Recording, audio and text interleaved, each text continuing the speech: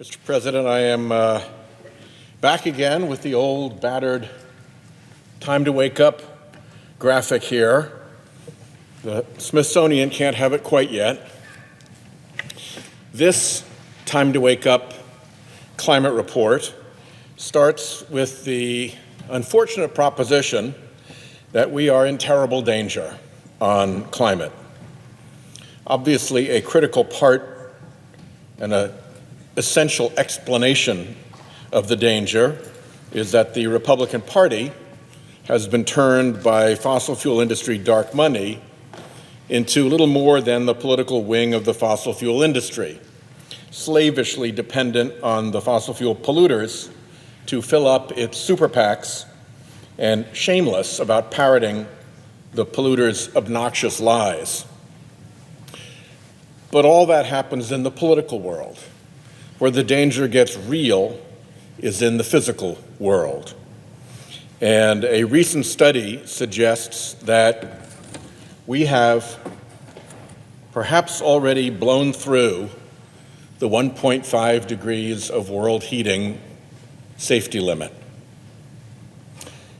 That 1.5 degree limit was always just an estimated upper bound. And like many estimates, it could have been too high. It could be that the true safety barrier was always below 1.5 degrees. But in any event, assume that it actually is 1.5 degrees, which is sort of the midpoint of the estimates. Well, it's starting to look like we may be losing even against that metric. Here is a chart that summarizes over 1,000 different projections that have been done from different sources as to where our CO2 emissions are going to take us. It's actually more than 1,200 different scenarios. Some of them take global temperature increase over 5 degrees of increase, which will lead to disruption on an astonishing scale. It leaves many parts of the planet uninhabitable as presently experienced. So there are an awful lot of them. Some of them we've already made decisions that make them impossible to achieve. Some of them are essentially dead letters. If you look at the ones that are still viable, and at the ones that, this is the 1.5 degree safety barrier. If you look at those 1,200 scenarios, and you look at the ones that are still viable and get us at some point back under 1.5 degrees, you know how many of them there are? 11. Out of 1,200 predicted scenarios, 11 are all that's left that keep us at some point below 1.5 degrees. Almost all of them blow significantly over 1.5 degrees and then come back down, which makes investments in carbon capture extremely important. But that's not a whole lot of shots out of 1,200 scenarios that we started with. And each of them is ranked by where we are on the different components that get us there. Carbon removal technology, carbon removal with land interventions, planting trees and so forth, carbon intensity reduction, energy demand adjustment, and less methane. In every single one of those categories, these are ranked as challenging. None of this is easy. All of it is going to require real effort, real diligence, and serious attention to the problem. So we are not in good shape, and that's the sad and bitter news. We could have been in good shape Back in 2007, 2008, and 2009, there was bipartisan work happening on climate change in this chamber all the time. And then came the Supreme Court's wretched decision in Citizens United and the instantaneous response by the fossil fuel industry to flood politics with its money, and the instantaneous response by Republicans to abandon all of their bipartisan climate work and pitch us into a lost decade plus on climate action. That's where a lot of these that could have gotten us out of trouble disappeared, in that lost decade of fossil fuel dark money blocking American democracy's ability to respond to this problem. So,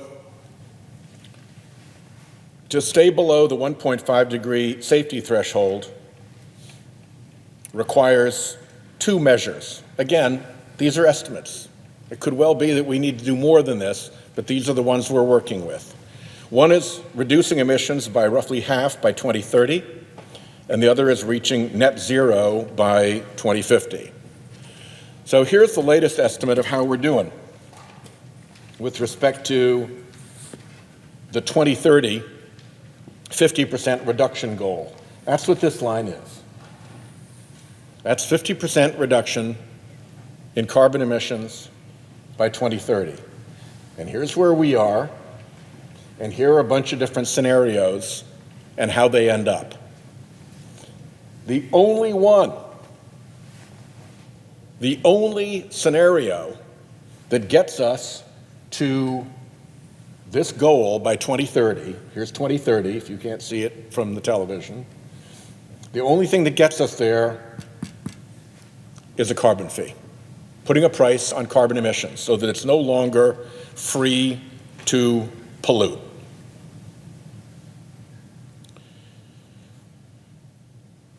Let's say we go ahead with a carbon fee, but part of the IRA gets pulled away.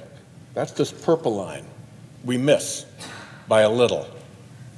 Let's say we go the clean electricity standard instead of a carbon fee. We miss by more. Let's say that we expand the IRA, do more of that positive investment through the IRA, but without a carbon price. We miss by even more. Here's where we are under current law, this red line. Here's where we are under current law if the EPA's proposed emissions rules go into effect. That's our current likely outcome. And as you can see, that is a long way from 50% by 2030. That blows through at sometime after 2035. If there are no new emissions rules just under the IRA, we're all the way out here to 2040 before we cross that safety threshold. And if we do what our Republican friends at the behest of the fossil fuel industry are threatening to do, which is to repeal the IRA and block the new emissions rules, you're out here. And who knows when you get to 50%. So, to hit that first target, we got to wrap our minds around carbon pricing polluter emissions. Polluters should pay for the pollution they cause. It's not complicated, but they've been able to get away with it. Of course, if you're living in a polluter money la-la land, none of this is real to you. And the numbers that matter to you are how much money get poured into your super PACs by polluters, not what the scientists are carefully analyzing and saying and modeling. But if you're out of climate denial polluter la-la land, and you are trying to grapple with this as a real problem in the real world, carbon pricing is essential. So where are we on that? Well, I have two bits of good news. One is that, just like many major corporations do, the Biden administration has put an internal price on carbon at a very respectable $190 per ton. And the Office of Management and Budget, the OMB, has given guidance to executive agencies to build that internal price on carbon into all their relevant decision-making, What's an internal price on carbon? It means that the government's decisions have to bake into their decision-making the $190 per ton price on carbon. If you're buying fleets of cars, you compare the emissions, and that goes into the cost equation. If you're setting the price on land use of various kinds, like drilling wells, you bake in the $190 per ton. Across all, in regulatory decisions, of course, you would do that. So it's a big deal, and it is part of the good news. Of course, the question is, how will the executive agencies comply? The OMB has issued its guidance, boom, done. It was issued in September of last year. The $190 per ton went active in December, boom, done. But it's time now for all the executive agencies to react and respond and comply. And that's what we haven't seen yet. So we are looking into that as an oversight matter to try to make sure that the executive agencies are doing their best to comply with the OMB guidance as to the internal price on carbon. So that's good news item one, assuming implementation is not ineffective. The second good news item is that the European Union, our friends across the pond in our Atlantic Alliance, are locked in to a carbon border adjustment mechanism, a tariff mechanism called CBAM, Carbon Border Adjustment Mechanism. And the further good news is that the United Kingdom has announced that it has made the decision to join the EU in that same CBAM program. So why is that good for us? It's good for us because this will create significant pressure here at home for a price on carbon in the US. Because without one, if we don't have a proper price on carbon here in the US, it will be very, very, very difficult for American companies exporting to the US and to the UK to avoid those carbon tariffs. We will be paying tariffs to the UK and to the EU whenever our production of goods is more carbon intensive than theirs. And one of the ways you solve that is by adopting a carbon price. Then you get in the club and you don't have to pay the tariffs any longer. So the tariff pressure on American businesses ought to disrupt significantly the general political indifference of the American corporate sector about the fossil fuel industry's political hegemony over Republicans. And that could open a potential pathway. When the steel industry, the aluminum industry, the chemical industry, the cement industry, the pharmaceutical industry, and others are coming to their elected representatives and saying, why am I paying this tariff? What's up with that? Why do I have to do that? And the answer from our Republican friends is, oh, that's so that the fossil fuel industry can keep polluting for free? I don't think that's going to sell well in those other boardrooms. So that creates a little bit of industry on industry counterpressure. And with any luck, that will be good enough to help us pass a proper carbon fee. And by the way, I happen to have a bill for that. It would do all of those things. It's called the Clean Competition Act, and I would commend that to the administration's attention.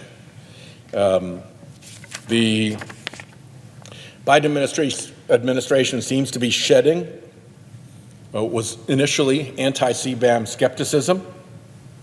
It has seemingly abandoned an effort to undercut the CBAM with a weak so-called steel and aluminum arrangement that deservedly belongs in the bin as a climate response.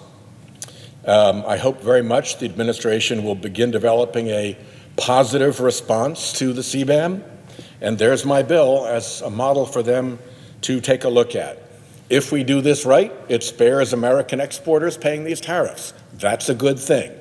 And it also supports a global pressure against carbon pollution that puts us on a potential path to climate safety that we are not on now.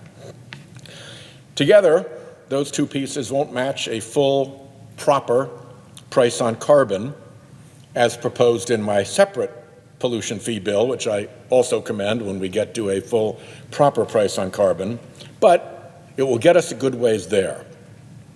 While we're at it, we could add carbon pricing on luxury aircraft travel emissions to reduce those pollutants.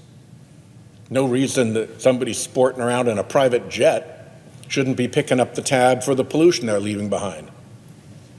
And we could add carbon pricing on shipping, which many of the leading shipping lines actually support.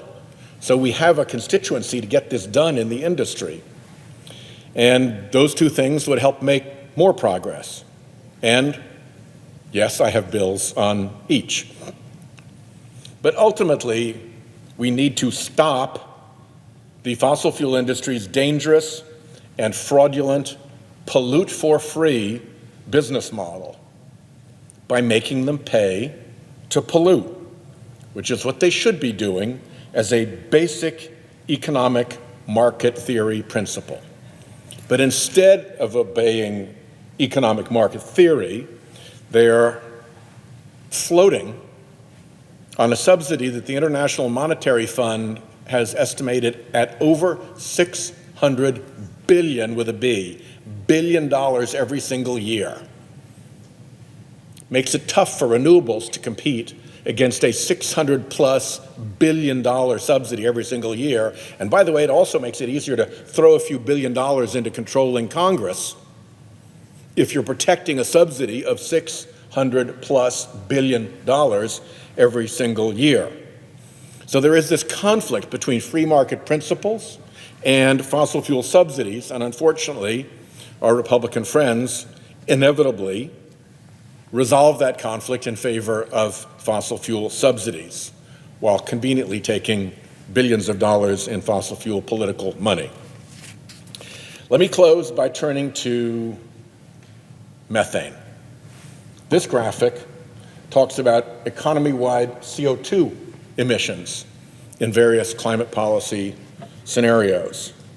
But methane is over 80 times as dangerous in the short term as a greenhouse gas than CO2 is.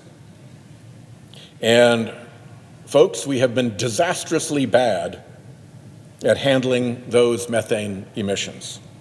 Indeed, for years, EPA collected and reported artificially low methane numbers that were not real, were not even close to real.